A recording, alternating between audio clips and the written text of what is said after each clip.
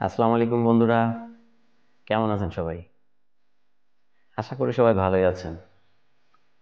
আমার লান বাই নাহিদ স্টুডিওর পক্ষ থেকে আপনাদেরকে জানাই আন্তরিক অভিনন্দন ও শুভেচ্ছা। আজকে দক্ষিণ কোরিয়ার দেশ ও ভাষা সম্পর্কে কিছু জানা অজানা তথ্য আলোচনা করবো ইনশাআল্লাহ। চলুন আমরা মূল পর্বে চলে যাই।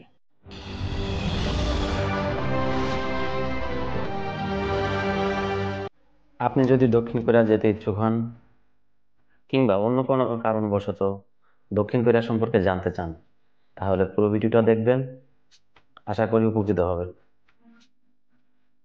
এবং পরবর্তীতে আপনার ভাষা শিক্ষায় অনেক সহজ হবে। আজকের এই ভিডিওটি দুটি ভাগে ভাগ করেছি। প্রথম ভাগে দক্ষিণ কোরিয়া দেশ এবং দ্বিতীয় ভাগে দক্ষিণ কোরিয়ার ভাষা। প্রথম ভাগে দক্ষিণ কোরিয়া দেশ সম্পর্কে কিছু বলি। প্রথমেই আসা যাক কাজের পরিবেশের কথা নিয়ে। কাজের পরিবেশ অনেক উন্নত এবং অনেক পরিপাটি, বলতে গেলে এক কথায় অসাধারণ। কাজগুলো অনেক কঠিন, কিন্তু আপনি পারবেন। তার কারণ সেখানে যথেষ্ট পরিমাণে কাজের পরিবেশ এবং সুযোগ সুবিধা আছে। আর উন্নত জীবন, ভালো স্যালারি, সেটা তো আছেই। দক্ষিণ কোরিয়া একটি উন্নত দেশ। এটি পূর্ব এশিয়ার একটি রাষ্ট্র। এর চারপাশে আছে জাপান সাগর, পিক সাগর ও কোরিয়া প্রণালী। দক্ষিণ কোরিয়ার রাজধানী সিউল এবং এটি দেশের সর্ববৃহত্তম শহর। 1948 সালের পূর্বে উত্তর কোরিয়া ও দক্ষিণ কোরিয়া একটা রাষ্ট্র ছিল। 1948 সালের পরে দুইটা ভাগ হয়ে নাম হয় উত্তর কোরিয়া ও দক্ষিণ কোরিয়া। উত্তর কোরিয়াকে বলা হয় টাইগার অর্থনীতির দেশ। বুঝতেই পারছেন দেশটা তাহলে কত উন্নত। 2022 সালের জরিপ অনুসারে দেশটিতে মোট জনসংখ্যা 5,18,29,023 জন। সাক্ষরতার হার 98.3%, ধরতে গেলে 100%। এবার বলি দক্ষিণ কোরিয়ার সংস্কৃতি নিয়ে। দক্ষিণ কোরিয়া দেশে নানা রকম সংস্কৃতি বিরাজমান।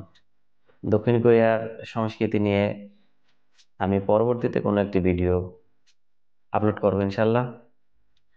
আপনি যদি আমার চ্যানেলে নতুন দর্শক হয়ে থাকেন, আমার চ্যানেলটি সাবস্ক্রাইব করে পাশে থাকবেন পরবর্তীতে আপডেট ভিডিও পাওয়ার জন্য।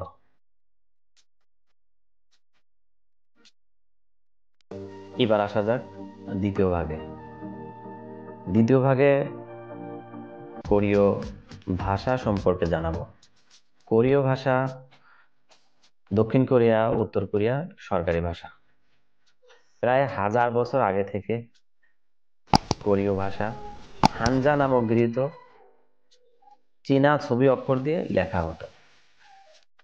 পঞ্চদশ শতাব্দীতে কোরীয় রাজা সেজং সাধারণ জনগণের কথা চিন্তা করে হাঙ্গুল নামীয় খুব সহজবোধ্য একটি বর্ণমালা প্রণয়ন করেন।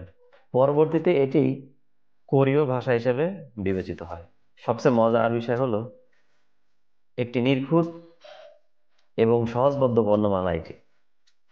প্রাচীন যে কয়টি বর্ণ পৃথিবীর বুকে সগর্বে টিকে আছে, তার মধ্যে কোরীয় ভাষা অন্যতম। বন্ধুরা, যেহেতু সাধারণ জনগণের কথা চিন্তা করে রাজা সেজং হাঙ্গুল নামীয় যে বর্ণমালা প্রণয়ন করে গেছেন, সেটা দেখতে এবং শুনতে অনেকটা কঠিন হলেও বিষয়টা কিন্তু সেরকম না। সবচেয়ে মজার বিষয় হলো আপনি যখন কোরীয় স্বরবর্ণ ব্যঞ্জন বর্ণ আত্মস্থ করতে পারবেন, আপনার কাছে তখন বাংলা ভাষার চেয়েও সহজ মনে হবে। বন্ধুরা, যেহেতু সাধারণ জনগণের জন্য এই ভাষা প্রণয়ন করা হয়েছে, আমি বিশ্বাস রাখি আপনি যেহেতু এই ভিডিওতে ক্লিক করেছেন, আপনি পারবেন। তো বন্ধুরা, আজ আর বেশি কথা বাড়াবো না। আপনি যদি আমার চ্যানেলে নতুন দর্শক হয়ে থাকেন, তাহলে সাবস্ক্রাইব করে আমার পাশে থাকুন। আর কমেন্ট বক্সে আপনার মতামত জানাতে ভুলবেন না। আপনার লাইক, কমেন্ট এবং শেয়ার ও সাবস্ক্রাইব আমাকে উৎসাহ দেবে। তো বন্ধুরা, সবাই ভালো থাকেন।